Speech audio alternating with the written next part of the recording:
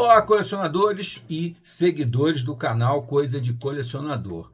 A nossa história continua e nós já estamos chegando aqui ao livro 7. O que acontece agora em Fábulas? Fábulas do Bill Willingham, edição de luxo, livro número 7, tá? Estou fazendo um retrospecto, já gravei diversos vídeos mostrando o interior das edições e também vídeos comentando o conteúdo, tá? Nesse vídeo, nós vamos comentar um pouquinho daquela pequena amostra para você ter vontade de ler Fábulas, que realmente esse título é incrível, porque é fabuloso. É uma das melhores coisas que saiu em história e quadrinho em todos os tempos, tá? Em todos os tempos. Você vai, logicamente, encontrar outras coisas que você vai achar tão interessante, ou às vezes até mais interessante, dependendo do seu gosto, é claro, né? Mas isso aqui praticamente agrada a todo mundo, tá? É extraordinária a capacidade que esse rapaz aqui, esse senhor Bill Willingham, conta de história pra gente, tá?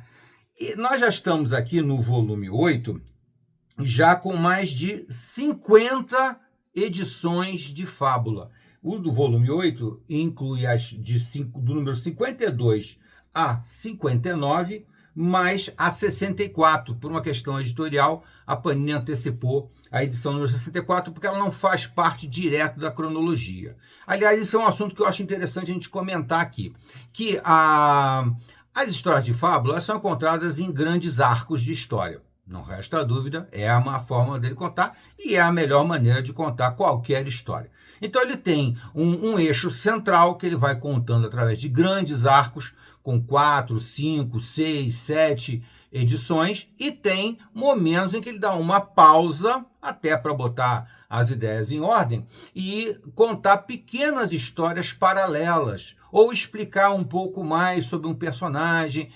Muita curiosidade mesmo. E não dá para apontar nenhuma das edições de Fábulas como, não, esse número é um pouco mais fraco, ou este arco de história é um pouco mais fraco. Não tem isso, tá? São todos eles excepcionais, mas excepcionais mesmo. Você só vai poder ver alguma diferença entre um arco de história e outro se for abordando algum personagem pelo qual você se apaixonou, você adora, tal. Então aí, logicamente, quando tiver esse personagem, você vai gostar mais da história. Eu, pessoalmente, não tenho nenhum personagem aqui que eu seja meu favorito. Não é não. Eu sigo mais ou menos a linha do próprio Bill Willingham, quando ele elege os personagens que ele considera mais importantes e que participam de mais histórias. É só por isso que você percebe que ele tem um carinho especial por alguns personagens, porque eles participam de mais histórias. Mas eu acredito que os personagens de Fábulas, dentro da cabeça do Bill Willingham, eles ganharam vida própria. Isso é muito comum. Todo escritor vai falar isso para vocês. Depois de um tempo que a história já está bem consolidada, bem estruturada, os personagens parecem que ganham vida própria e começam a ter as suas reações.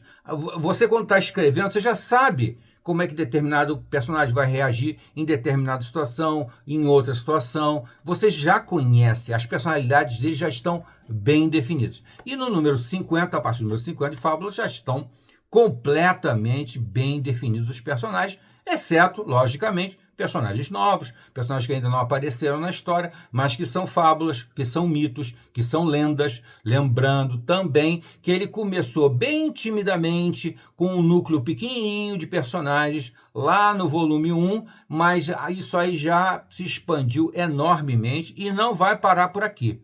Não vai parar por aqui. Esse aqui é o volume 7 e nós já temos até o volume 14. Já saiu até o volume 14. Eu estou relendo para comentar com vocês aqui. Então, eu estou aqui no livro 7, como ele chama, né? Livro 7. E nós, já posso falar aqui, nos vídeos anteriores eu esqueci de dar essa informação, que essa série de luxo, que vem mais ou menos com 10 edições em cada volume, vai se encerrar no volume 16, tá? Porque foram 162 edições lá nos Estados Unidos, em edições individuais, né? E então as edições encadernadas certamente terão 16 livros já está no 14º, então só faltam 2, infelizmente, para terminar essa história fabulosa de fábulas, tá? Nesse volume 7, o que, que nós temos aqui de arco de história? Você tem 2 grandes arcos de história no volume 7, tá? Você tem Filhos do Império e você tem Pai e Filho. Esses são os 2 arcos maiores. Um com 4 partes e outro só com 2. Mas no meio ele traz outras pérolas, assim, maravilhosas mesmo, com muita emoção, com muito sentimento, sabe?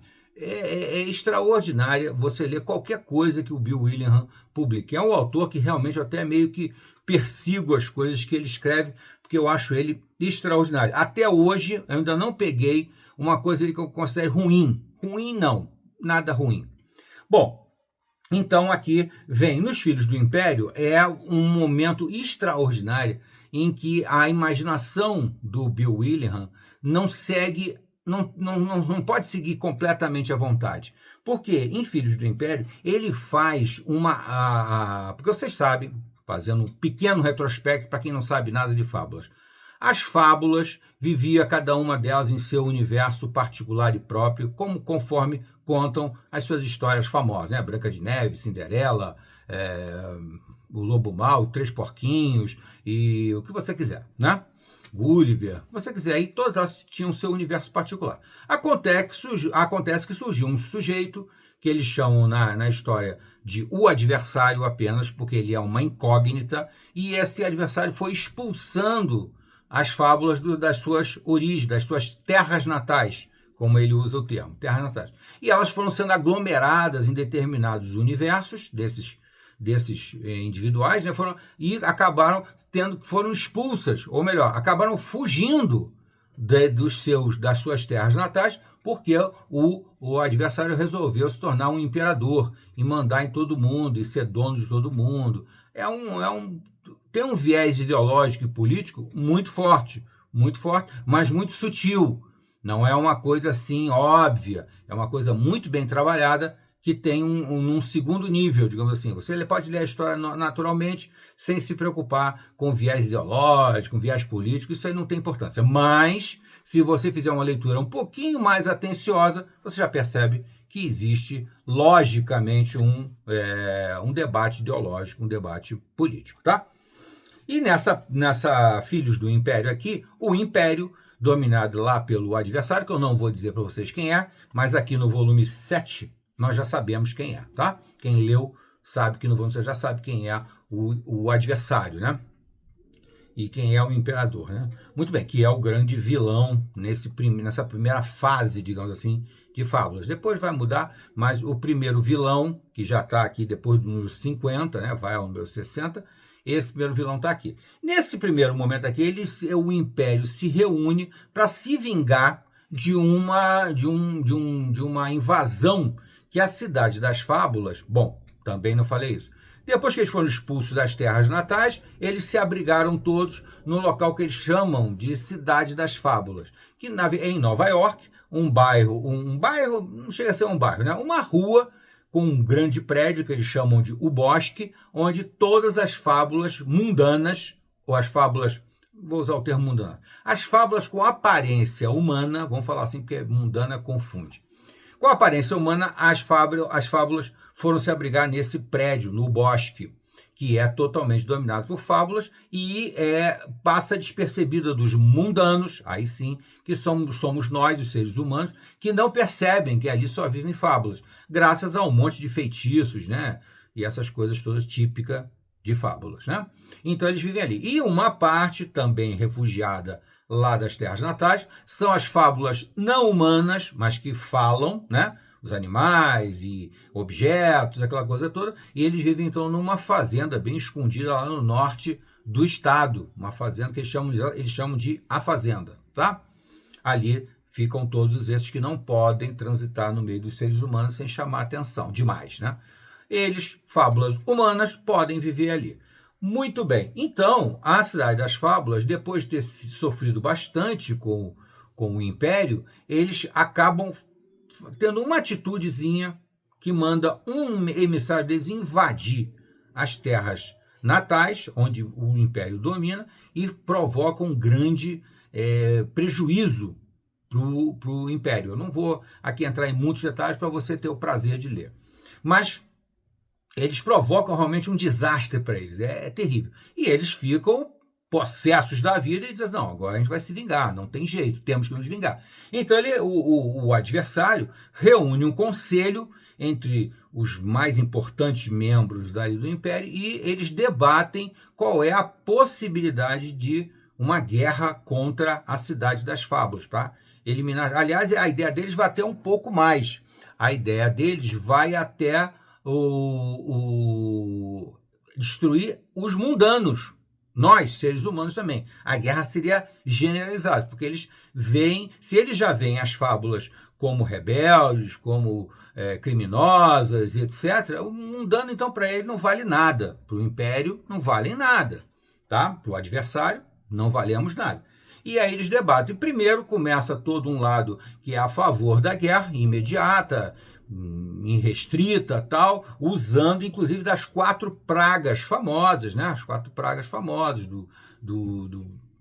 da Bíblia, né? Da Bíblia. Então ele vai citar aqui eles usarem a fome, a peste, a própria guerra no início, né? Começa com a guerra, depois você tem a peste, a fome e etc.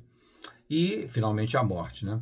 Então aqui ele entra nesse debate e depois vem então 2 personagens que são muito importantes que entram fazendo o contraponto, dizendo, não, peraí, se nós fizermos isso, eles vão fazer aquilo. Tá? E é muito interessante, eu até desafio o leitor a dizer que ele não errou, que eles não erraram nessa avaliação aqui. É incrível a avaliação. Quando você lê a história normalmente, você percebe que realmente a guerra é tranquila, que eles não têm como perder a guerra, porque o poder deles é gigantesco mesmo. Mas eles têm algumas falhas, alguns problemas. Mas no primeiro momento, quando você está lendo a história, você não percebe. E aí vem esses 2 personagens que fazem a contradição, né? Que fazem o contraponto, que questionam o que os maiorais falaram lá, que era moleza acabar com tudo, com os humanos e com as fábulas em um século, porque as contagens de tempo aqui são sempre muito longas, né? Porque fábulas não morrem, né? Então, é incrível isso. Aí, quando vê esse contraponto, você fica impressionado como a capacidade de reação das fábulas refugiadas na cidade de Nova York é enorme, imensa. Basta eles trabalharem com a cabeça.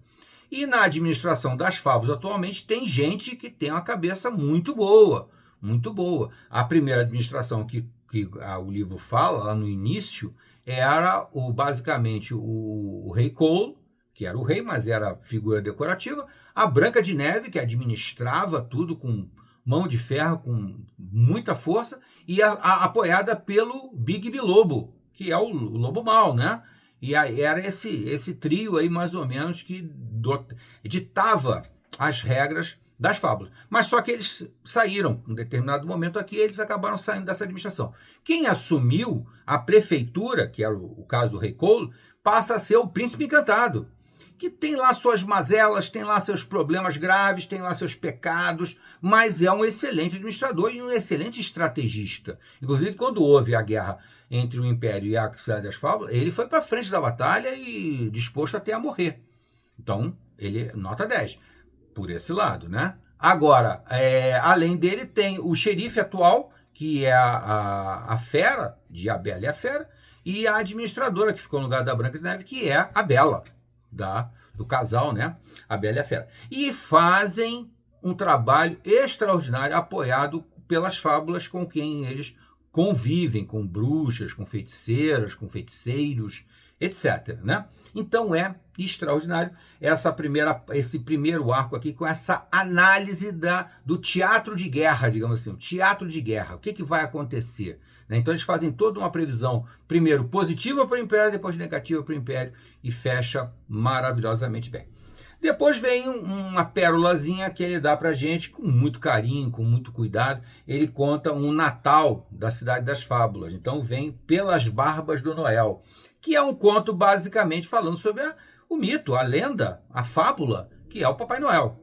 Bem legal, bem explicado aqui pelo nosso amigo Bill Williams. Maravilhoso. Depois vem outra história que é muito familiar, que é muito família, né? Muito família no sentido do conceito de família, das questões que as famílias convivem diariamente. Então é extremamente humano e muito sensível esse segundo arco, que é Pai e Filho. Tem esse nome que resume muito bem o que vai ser abordado. Vai ser abordado a paternidade do lobo mau pelo vento norte, porque o lobo mau ele é uma combinação entre, né, o vento, por isso ele soprava, rufava e bufava na fábula original, e o lobo, que ele é um lobo gigante, um lobo enorme, né? Então aqui vem um pouquinho mais da história, das origens do lobo mau, e é sensacional mesmo aqui.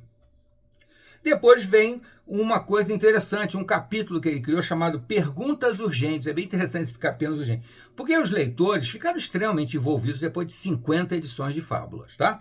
Muito mesmo. E alguns tinham curiosidade de algumas coisas que de repente deixaram de ser contadas. Algumas dúvidas, algumas questões mesmo, né?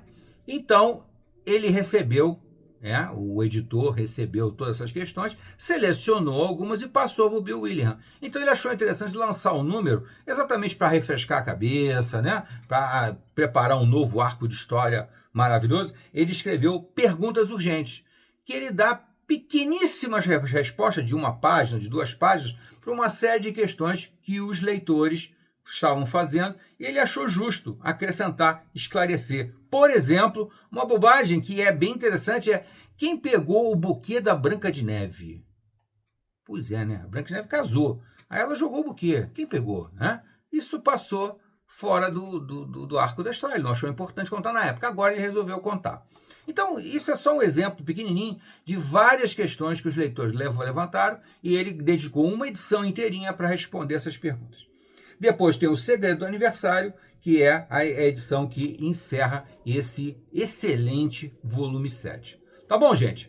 Aqui a arte já são os conceitos, já principalmente o conceituadíssimo Mark Buckingham, que eu gosto muitíssimo, o Steve Leialoha, que também é muito bom, mas também tem o Michael Allred e o Aaron Alexovich, tá? Algumas artes aqui eu confesso a vocês que eu não gosto muito, tá? Mas a história é tão sensacional que a arte fica em segundo plano.